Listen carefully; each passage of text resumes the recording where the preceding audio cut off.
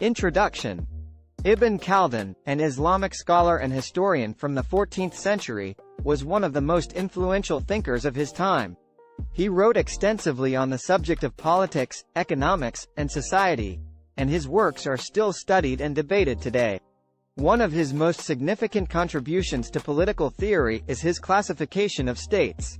In this essay, we will explore Ibn Khaldun's classification of states and its relevance to the Islamic political system. Ibn Khaldun's classification of states. Ibn Khaldun believed that states could be classified based on their characteristics and the way they functioned. He identified 4 types of states, each with its unique features and attributes. The first type of state is the Bedouin state, which is characterized by its simplicity, tribal organization, and nomadic lifestyle. According to Ibn Khaldun, the Bedouin state is the most basic form of a state and is primarily based on kinship ties and mutual cooperation. The Bedouin state is egalitarian and lacks a centralized government or political structure. The second type of state is the agricultural state, which is characterized by its settled lifestyle, urbanization, and agricultural practices.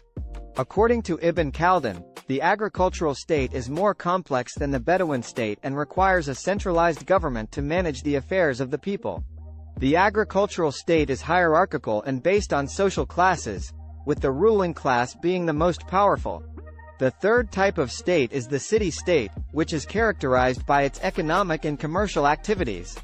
According to Ibn Khaldun, the city-state is a more advanced form of the agricultural state and is based on commerce and trade. The city-state is cosmopolitan and pluralistic, and its society is characterized by diversity and tolerance. The fourth type of state is the empire, which is characterized by its vastness, diversity, and complexity. According to Ibn Khaldun, the empire is the most advanced form of the state and is based on conquest and expansion. The empire is usually characterized by a centralized government, a powerful ruling class, and a complex bureaucracy.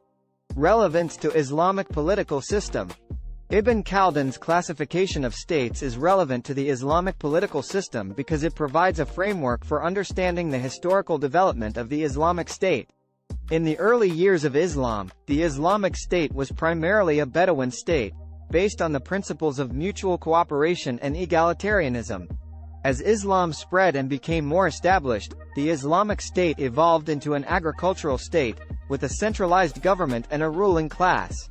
The city-state and empire forms of the state were also evident in Islamic history, with examples such as the Abbasid Empire and the Ottoman Empire.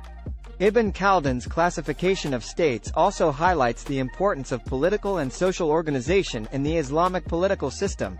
The Islamic political system is based on the principles of justice, equality, and consultation. These principles are reflected in the way the Islamic State is organized, with a strong emphasis on consultation and participation of the people in the affairs of the state. Conclusion. In conclusion, Ibn Khaldun's classification of states provides a useful framework for understanding the historical development of the Islamic State. His classification highlights the different characteristics and features of different types of states and their relevance to the Islamic political system.